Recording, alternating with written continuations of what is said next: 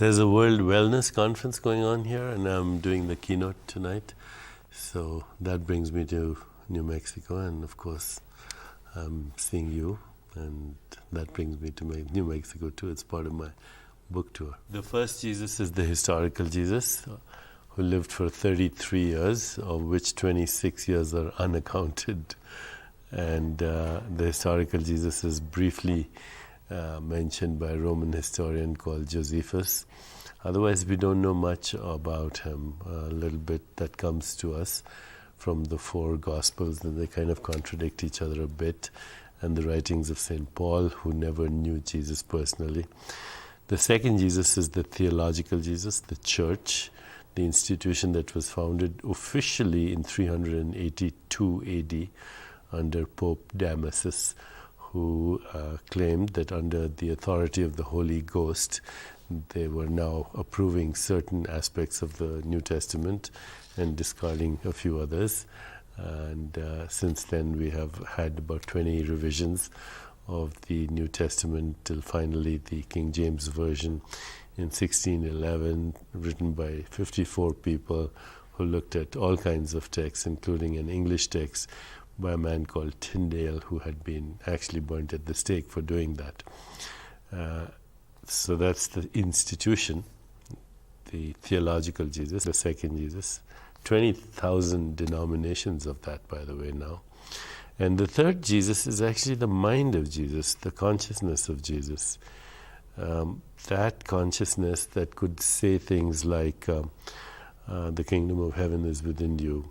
Be in this world and not of it. So my yoke is easy and my burden is light. You are the light of the world. Ask and you shall receive. Those are very profound statements coming from a deep level of insight. And I think if we can have a relationship with that, it has the ability to change and transform our lives. It depends on when Jesus says I, what you mean by the word I. You know, when Jesus says I, does he mean his skin-encapsulated personality, the man Yeshua? Or does he mean the I am that I am? You know, elsewhere in the New Testament, when Jesus says, when he speaks of himself, he says, before Abraham was, I am. And that is a different I. That's the Aramaic I, which is called Ina, the I within the I.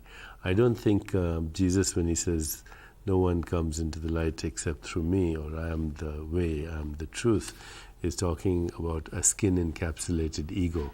He's talking about the I consciousness that exists in you and exists in me. Before you are David, you know, I am David. I am Deepak. I am Yeshua.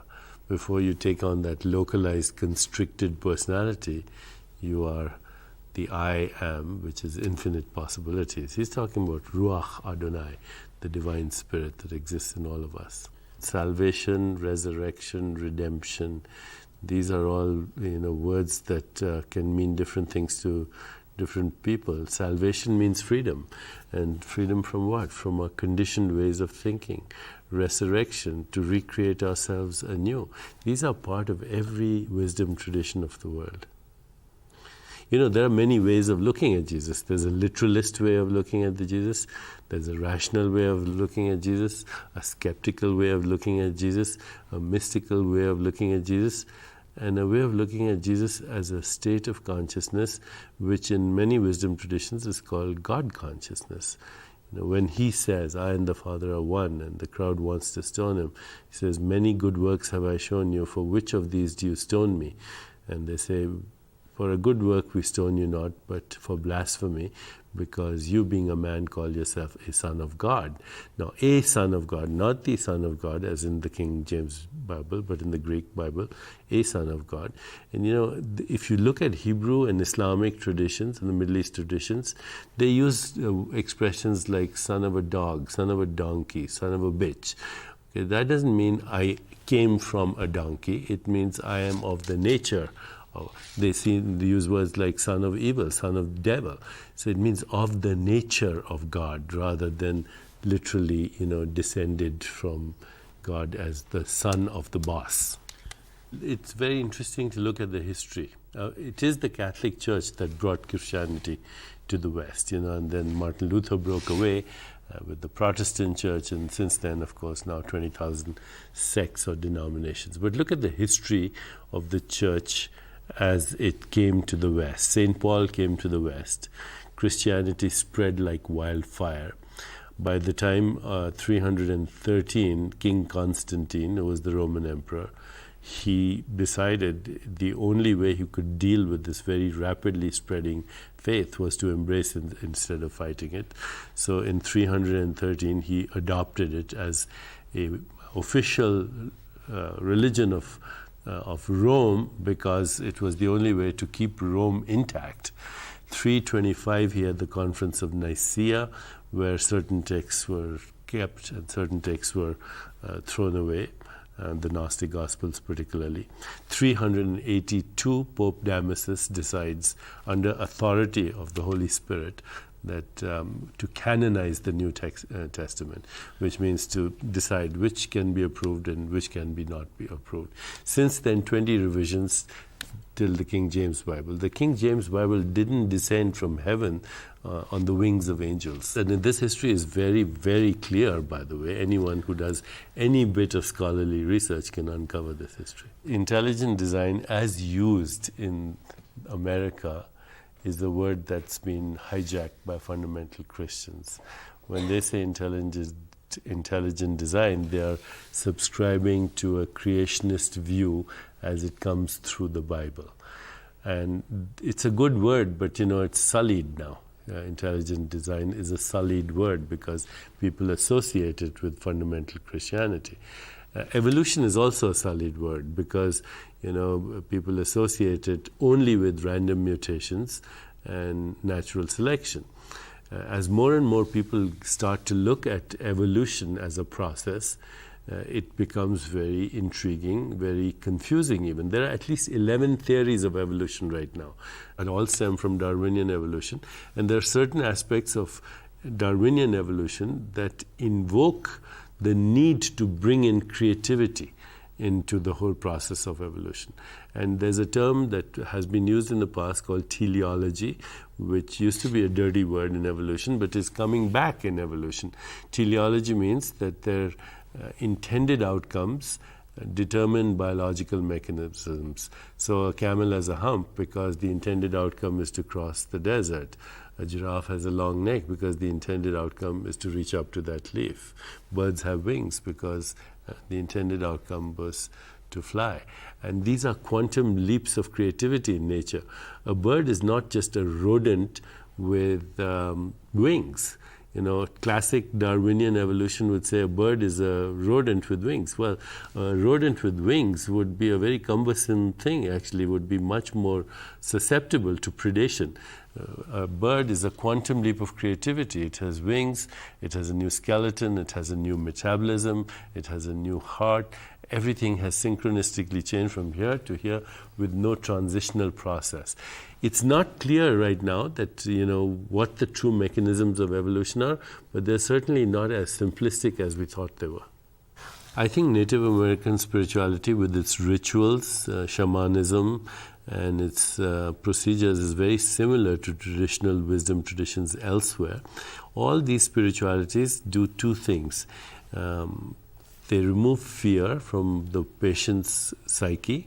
They induce an altered state of consciousness. Sometimes that altered state of consciousness is a peak experience or religious or spiritual ecstasy. And when that happens, the body goes into self-repair mechanisms. And today we can even see some of these mechanisms. Dopamine, serotonin, oxytocin, opiates are released, and these fine-tune the immune system. So these traditional therapies, including Native American therapies, somehow evoke the healing response, particularly if you have a relationship with that worldview. There should be more research because we might uncover treatment modalities that we were not familiar with. Actually, the National Institutes of Health right now has a mandate to do some research on some of these traditional therapies. I deal with criticism and flattery in the same way. I read what is there. I don't get personally offended. And I ask myself, is there some validity to this? If there is, then I use that as a learning process. If there isn't, I dismiss it without getting offended. The place is beautiful. This is one of the most stunning places in the world, if not, I'm totally taken by the natural beauty of this place.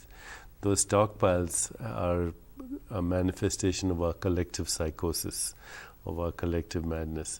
I'm right now going from here to a conference in Costa Rica for my foundation, which is called Alliance for a New Humanity. The conference is being hosted by Oscar Arias, the Nobel Peace Prize winner, who is the president of a country that has unilaterally disarmed and is employing all its resources into ecology and education.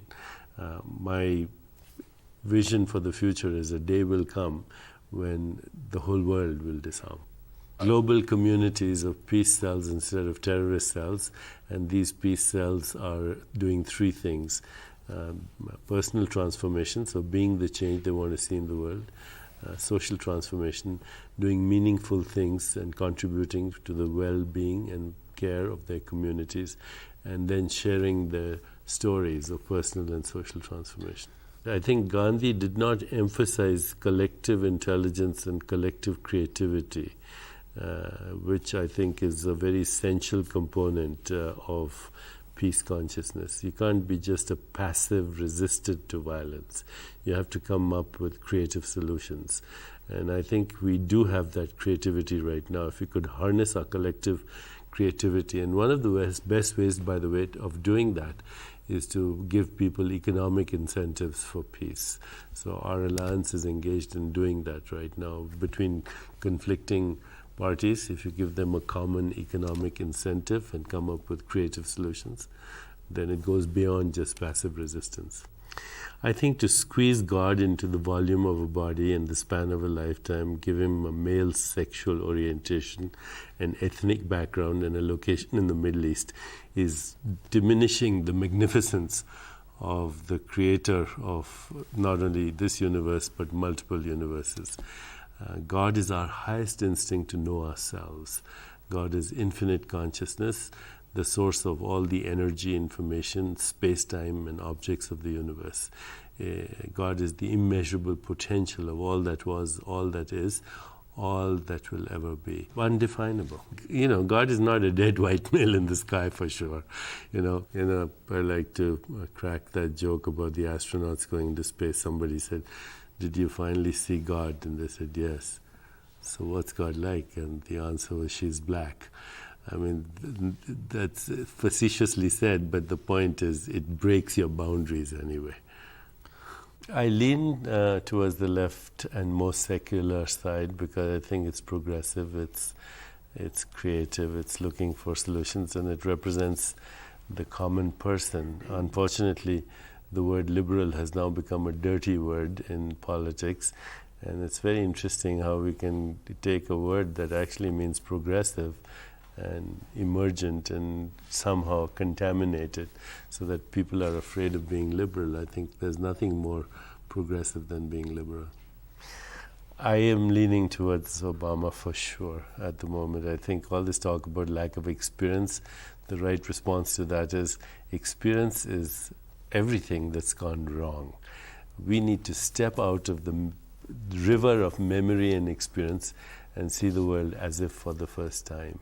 And if we do that, we can inspire people to bring out their best potential, and then specialists can take care of the details. Either of them would be wonderful. I just feel at this moment that Obama is a completely out-of-the-box new identity for the emerging America and would bring a lot of respectability to the world. I would love to see them both actually in the White House. I think it's time to stop being a colonial power in the world. Why do we have to be the rulers of the world instead of being part of the family of nations?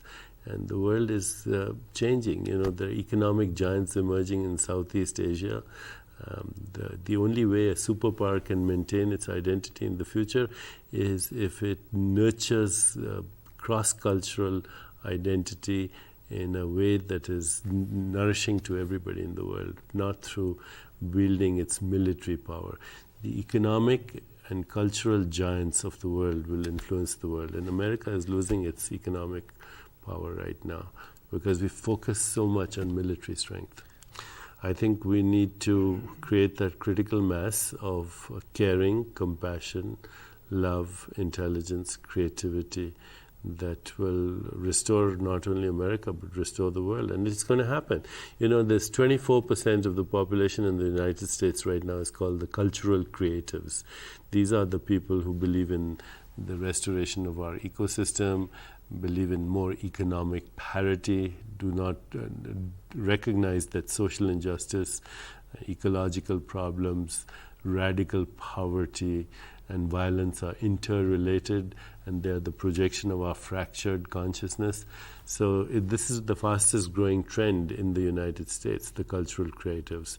The fundamentalists are about 25%, and the rest are postmoderns, and they're still hanging on to an old paradigm. It's all about well-being. I started with the well-being of the physical body, realized that I was a superb technician who knew everything about the human body and a lousy healer because I knew nothing about the rest of our identity. I didn't know anything about the human spirit or the human soul. Some time later I came across a beautiful statement that said healing is the return of the memory of wholeness. This is part of the wisdom tradition of India, and I realized that the word healing and the word holy are the same word, and holy not in the sense of some self-righteous morality, but holiness as inclusive of everything. So my vision of healing expanded from physical healing to emotional to spiritual to environmental to political to whatever. Still about healing. At this moment, no, I don't know enough about Muhammad. I would have to really educate myself.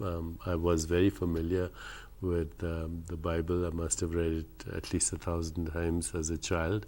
Of course, I grew up with the Buddhist tradition. If I had to write something about Muhammad, I would have to do a lot of work and research. At this moment, I'm not prepared. It's called Jesus, the Man Who Would Be Christ. So it's about how Jesus, being a man, became the anointed one, the enlightened being that today we see as Christ. It was very nice to be with you.